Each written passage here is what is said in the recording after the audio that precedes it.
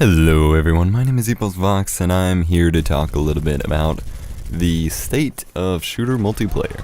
Now this is not pertaining to any specific community and frankly could be applied to any of them. But what a lot of veteran FPS players like myself ask for from new shooters as far as multiplayer goes is simplicity.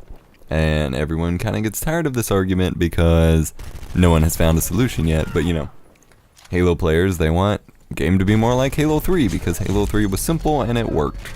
You know, it wasn't like super simple. It wasn't literally just like each person had one gun and they shot, but it was more simple than current games, but it actually worked, which we argue that current games do not.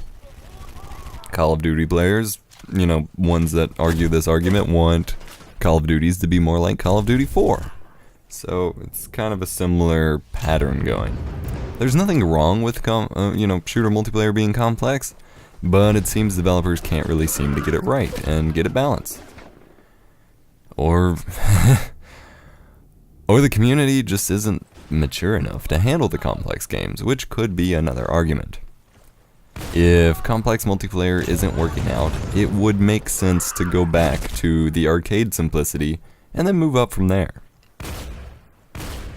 However, defenders of current FPS multiplayer point to games that come out with simple gun-on-gun multiplayer and point out that they haven't done very well. And this game that you're watching right now, Medal of Honor, is an example of that. Medal of Honor has very simple multiplayer, gun-on-gun. You know, on a very thin level, it would seem like exactly what we're looking for, but yet it wasn't all that great and it didn't do well at all. In most cases, there's a distinct difference between the balanced simplicity that we want and what we're given here. And what we're given here is shallowness. Shallowness offers nothing new to the table. It's very generic and is actually probably lacking in things that other games do give us. So it's, you know, that's essentially what shallow means. Medal of Honor and pretty much just really any game you think of when you think of generic war shooter, that's what this offers. And Medal of Honor, which is going to be my main example here because it's what I decided to jump on the other day, it was very shallow, but it gave us all the illusion that it could be more, and it actually garnered a lot of attention because of this.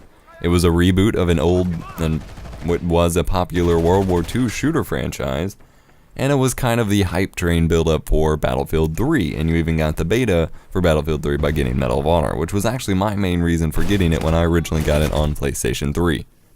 You are, of course, watching PC footage here. I got this copy through the Humble Origin bundle? So Medal of Honor was set up to pull attention from quite a couple audiences and a lot of people. The storyline, don't get me wrong, I thoroughly enjoyed the campaign. I thought it was really well done, and I thought it was great. The multiplayer, however, was not. On a very shallow level, it felt and looked much like Battlefield Bad Company 2, which we had all grown to love and been used to, and a little bit, you know, it gave us potentially what we thought was a preview of DICE's new release that we were looking forward to, Battlefield 3. But there wasn't really much left if you went deeper than that. The game just was, it was very shallow, you know.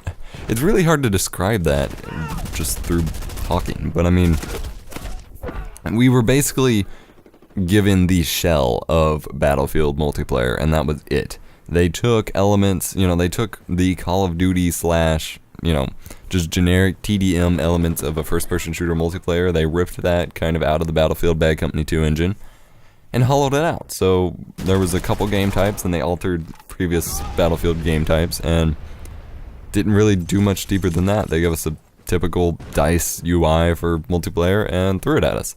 There wasn't much complexity to it, and frankly the game wasn't all that balanced at all. In this game, specifically this match, we were getting spawned. I don't know if I'll include any clips of it, but we got spawn trapped like crazy. Like one team deathmatch with just 2 spawns per team.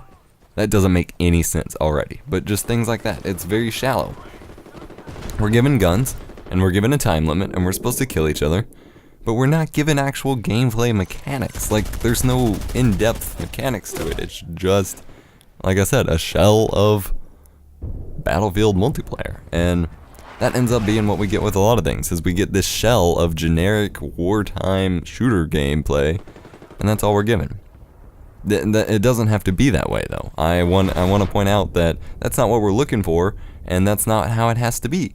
There are games that pull it off. Counter-Strike pulls it off. Counter-Strike appeals to a bit more niche audience because of the way it's set up, but Counter-Strike pulls it off. Clearly, Call of Duty 4 and Halo 3 pulled it off because we've played it for 10 freaking years now, and that's what we want still compare current shooters to.